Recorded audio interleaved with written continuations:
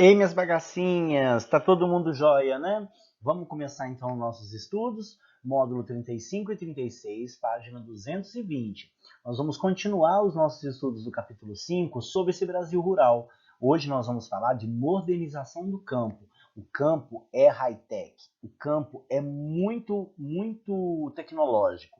Nesse grupo de módulos, a gente vai trabalhar o processo de modernização da da agricultura brasileira, que se iniciou lá na década de 60, 1960, e as consequentes transformações nesse meio rural, e que acabou trazendo transformações para o meio urbano.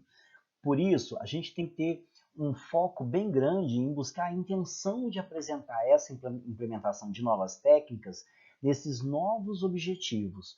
Porque se eu estou produzindo mais, usando a mecanização, usando a modernização, é para atender a demanda da economia, que por sua vez está buscando a demanda social. Mas a gente também tem que observar as questões ambientais e os riscos que podem trazer. Então, bora estudar. Vamos entender então um pouquinho o que é o processo de modernização agrícola.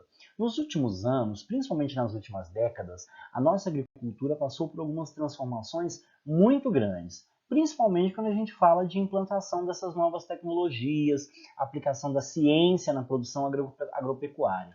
Para vocês terem uma ideia, o Brasil ele é polo científico global. A Universidade de Campinas, a Unicamp, que é uma universidade pública, para vocês terem uma noção disso, ela é uma referência no mundo em produção agrícola. E essas transformações que aconteceram no processo produtivo vai significar grandes mudanças na reorganização do espaço rural, que teve algumas implicações também no espaço urbano. Teve uma questão do Enem, para vocês terem uma noção, uns anos atrás, que tinha uma entrevista de um sertanejo, desses sertanejos bem mais antigos, que eu gosto muito, aliás. O nome dele é Renato Teixeira. E perguntaram para ele assim: Renato, quando você começou a cantar música sertaneja, falava da tristeza do Jeca, de como era mais romântico. O que você percebe? Você critica hoje? Tem o Luan Santana, tem a Maiara Maraíza, tem esse monte de cantor sertanejo. Ele falou assim: não critico não, porque o que mudou não é a música sertaneja.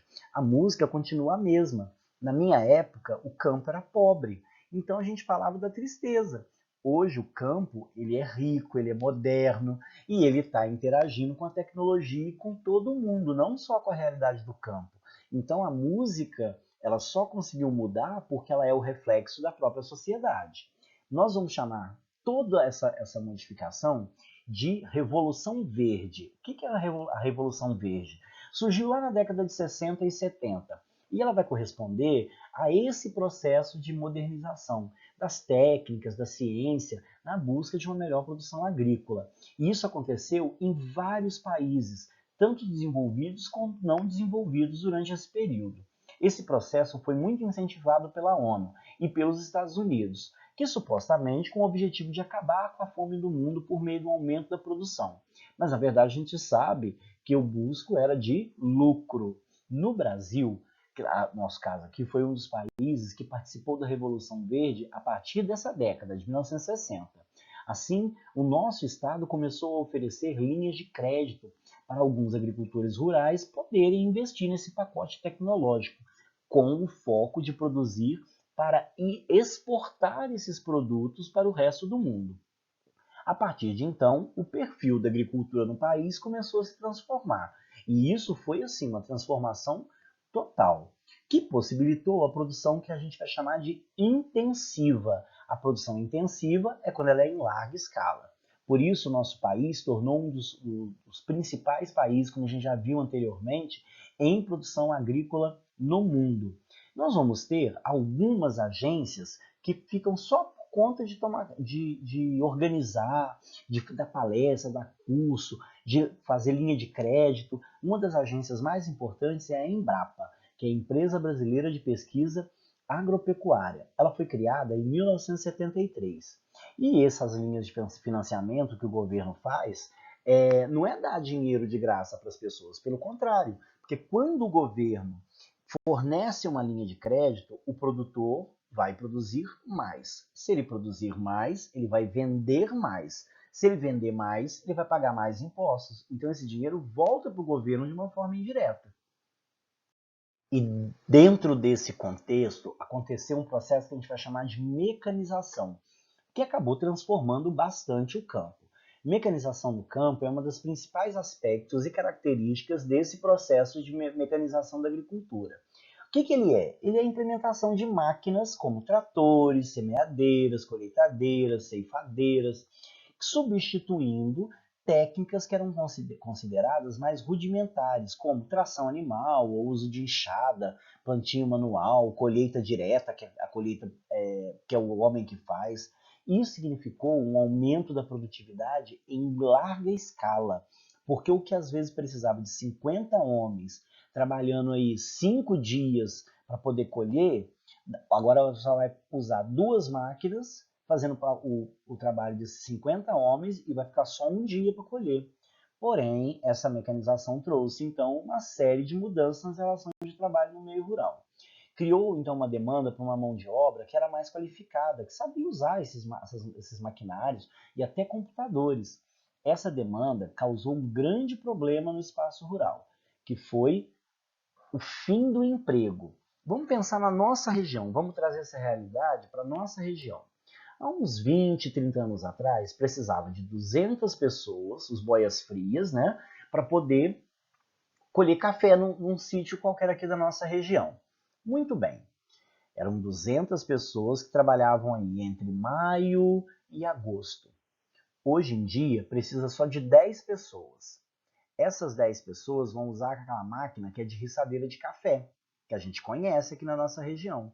Pois muito bem, eram 200, agora é só 10. E eles vão colher entre maio e junho.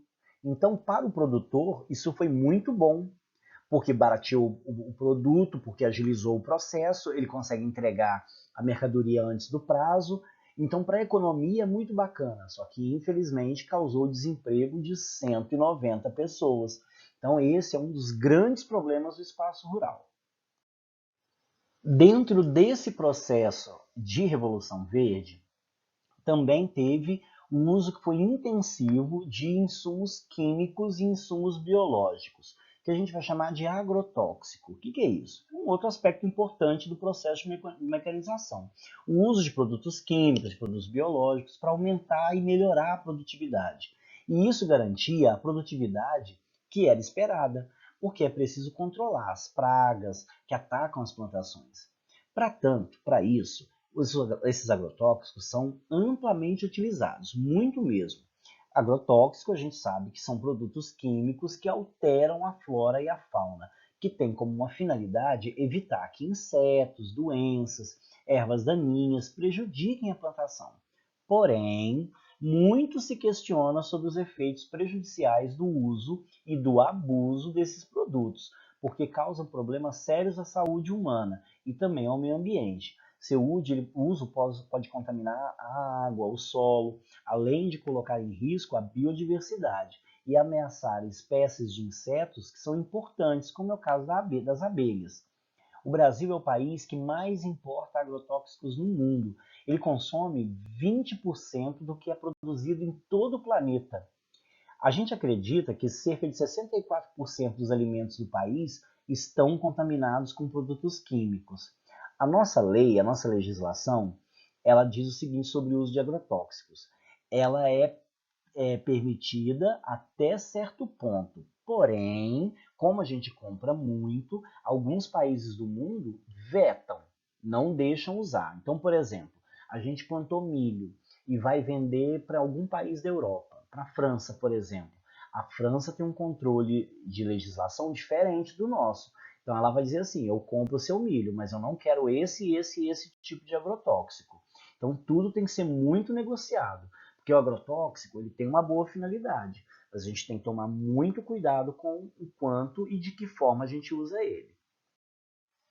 E tudo isso, também além de tudo isso, né, aumenta a expansão da fronteira agrícola. O que isso quer dizer? O aumento de área plantada, o que causa um problema muito sério para o meio ambiente, como a gente viu no ano passado. Essa modernização ela incentivou o aumento da produção, porque se eu estou tendo mais produção, se eu estou tendo mais agrotóxico, se eu estou tendo tudo isso, mais gente quis comprar os meus produtos. E com esse problema de comprar mais produtos, acabou tendo que aumentar a área de plantio. E isso tem trazido muito problema. Essa ocupação, no início, partiu na região sul e na região sudeste do nosso país, indo em direção à região centro-oeste e à região norte. Atualmente é incentivado o deslocamento do cerrado nordestino e a região que a gente vai chamar de Matopiba, que é um acrônimo, né? A junção de Maranhão, Tocantins, Piauí e Bahia. Essa expansão vem ocorrendo de forma muito acelerada e sobre os biomas da Amazônia e do Cerrado. Todos esses dois biomas apresentam os relevos mais planos, o que vai facilitar a produção que é mecanizada. E a presença de recursos hídricos, claro, porque precisa de água, né, para plantar. Esse processo gera grandes impactos ambientais, o que vai causar desmatamento, essa utilização de agrotóxicos vai fazer a perda da biodiversidade, causar poluição. Além disso, tem os impactos que a gente vai chamar de impacto social, que é o aumento do número de conflitos e de disputas por terras, de uma forma direta, com as populações tradicionais que tem nessa área e de formas indiretas para toda a sociedade brasileira. Então, com base nisso, eu quero que vocês façam uma atividade para mim. Vamos fazer os exercícios da página 224, só o número 1. Eu quero que vocês observem esse gráfico e respondam a letra A e a letra B. A data de entrega é dia 6 de maio, a próxima quarta-feira. Vocês têm que mandar para mim até meio-dia e 20, combinado? No mais é isso, minhas bagacinhas. Um monte de beijo no coração de todo mundo. Até semana que vem. Fiquem bem e todo mundo estudando, hein?